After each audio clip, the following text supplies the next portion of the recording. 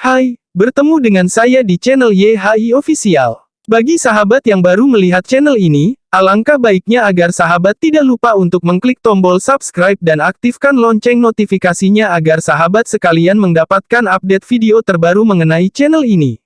Bagi sahabat sekalian yang menyukai anime, tentunya tidak asing dengan anime yang akan saya bahas.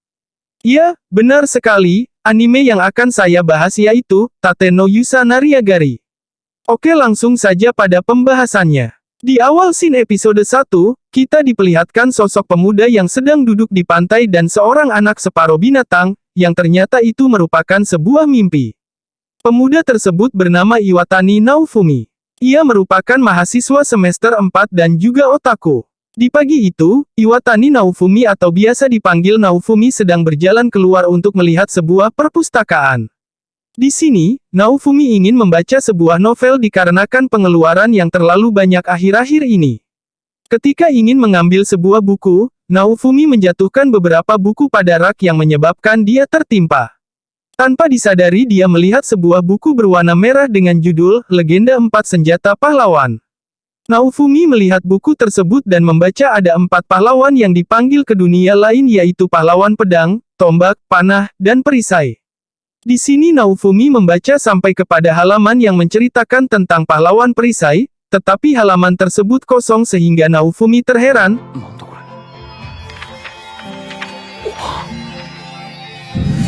Halaman kosong tersebut mengeluarkan cahaya, sehingga Naofumi seolah terserap hingga jatuh di dunia lain.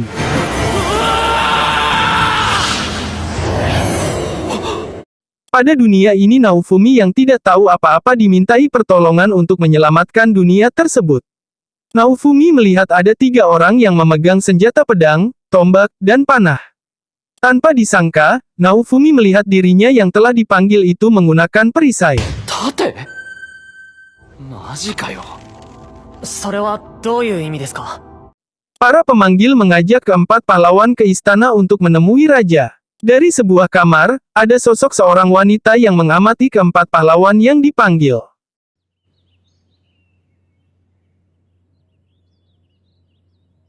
Di dalam istana, raja memperkenalkan dirinya dan para pahlawan disuruh untuk memperkenalkan diri. Pengguna pedang, Amakiren, yang berumur 16 tahun. Pengguna tombak, Kitamura Motoyasu, 21 tahun, dan pengguna panah, Kawasumi Itsuki, 17 tahun. Di sini raja melupakan salah satu pahlawan yang menggunakan perisai yaitu Naofumi Iwatani, 20 tahun.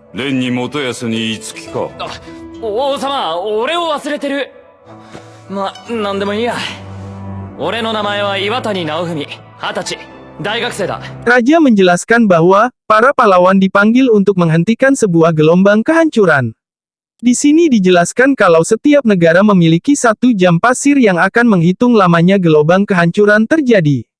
Setelah mendapatkan penjelasan dari raja, Naofumi berinisiatif membuat party dengan pahlawan lain. Tetapi, tanpa disangka seorang petinggi dari kerajaan mengatakan bahwa setiap pahlawan harus membuat kelompoknya sendiri, dikarenakan setiap senjata yang digunakan pahlawan menolak satu sama lain. Semalaman mereka berdiskusi tentang banyak hal sampai keesokan harinya.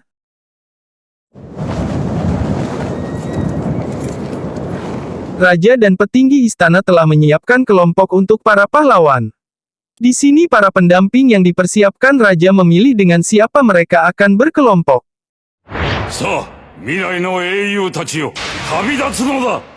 Dalam pendamping yang didapatkan oleh pahlawan pedang 5 orang, tombak 4 orang, busur 3 orang, sedangkan Naofumi yang menggunakan perisai tidak ada yang menemaninya. Naofumi di sini pun tercengang dengan tidak adanya yang memilihnya. Naofumi protes akan hal tersebut. Naofumi meminta kepada Ren pengguna pedang, Motoyasu pengguna tombak, dan Itsuki pengguna panah, mereka tidak ada yang ingin memberikan pendamping kepada Naofumi. Tiba-tiba, salah seorang dari pendamping ingin mengajukan dirinya untuk menemani pahlawan perisai.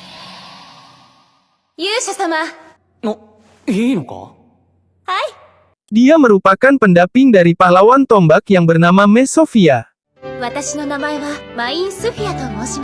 Di hari itu, mereka berkeliling dan membeli perlengkapan untuk menaikkan level. 少しはそれらしく見えるようになったじゃねえか。 Setiap hari, Naofumi dan Miss Sophia melakukan kegiatan membunuh monster di hutan untuk menaikkan level. Ketika malam telah datang, mereka menyewa sebuah penginapan dengan 2 kamar. Keesok paginya, Naofumi kehilangan barang yang telah dibelinya untuk perlengkapan membunuh monster di hutan. Sontak saja dia berteriak dan memanggil pendampingnya. Pada saat itu pengawal istana datang dan Naofumi pun mengatakan apa yang barusan terjadi. Tiba-tiba, para pengawal diperintah raja untuk menjemput 盾の Naofumi. 勇者だな。 Naofumi pun dibawa ke hadapan raja dan didorong hingga tersungkur di hadapan raja dengan beberapa para pengawal mengarahkan tombak kepadanya. Naofumi pun menjelaskan bahwa ada seseorang yang telah mencuri semua perlengkapannya. Lalu raja marah, dikarenakan Me menceritakan kepada raja sesuatu yang tidak pernah diperbuat oleh Naofumi. Naofumi melihat perlengkapan yang telah dibelinya digunakan oleh Motoyasu. Naofumi lalu mengatakan bahwa dialah yang telah mencuri perlengkapannya. Raja marah dan mengatakan, Naofumi telah melakukan dosa besar, dikarenakan telah melecehkan wanita. Raja pun mengatakan, kalau Naofumi bukan seorang pahlawan dia pasti akan membunuhnya. 勇者でなければ即刻処刑者だ。 処刑 Sontak, mendengar perkataan itu, Naofumi sebagai seorang pahlawan yang telah dipanggil ke dunia lain marah, dan meminta raja untuk memulangkannya. Di sini raja mengatakan bahwa, Naofumi harus menyelesaikan permasalahan tentang gelombang kehancuran atau mati. Ketiga pahlawan marah melihat Naofumi, sehingga dia pun tersentak dan berpikir bahwa, hanya dikarenakan ia menggunakan sebuah perisai dia dihina dan direndahkan, sampai Naofumi bergumam bahwa dia tidak perlu melindungi bedebah. Raja pun berkata bahwa semua orang telah mengetahui dosa yang telah dilakukannya, sehingga, Naofumi berdiri dan mengeluarkan sedikit dari kekuatan yang ada pada perisainya, sehingga raja dan para pengawal sedikit terkejut. Naofumi pergi dengan mengeluarkan sejumlah koin yang disimpan di perisainya, dan melemparkannya ke hadapan raja. これが欲しかったんだ。くれてやるよ。 Naofumi pun berjalan tanpa uang dan perlengkapannya akibat tuduhan yang tidak dia perbuat. Naofumi dipanggil oleh seorang yang menjual perlengkapan kepadanya dan mendorongnya hingga tersandar ke dinding, dan ingin melayangkan satu bogeman.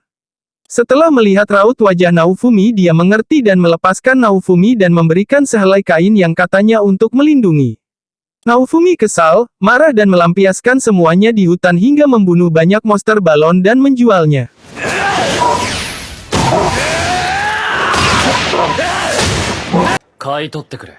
Naofumi juga mencoba membuat obat-obatan dan juga menjualnya.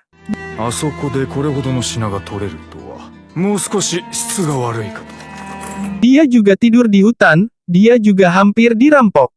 Sampai suatu ketika dia dipanggil oleh seorang pedagang budak, dan mengarahkannya ke sebuah tenda yang berisikan monster petarung. Pedagang ini menjual semua jenis monster, mulai dari monster yang berlevel rendah hingga level tinggi untuk dijadikan sebagai budak. 私は奴隷商を営んでおります。なんで俺が奴隷を欲していると。 Naofumi memilih, mengira-ngira hingga matanya tertuju pada seorang anak setengah binatang yang sedang sakit. Di sini Naofumi memilihnya untuk dijadikan sebagai pendampingnya dalam pertarungan.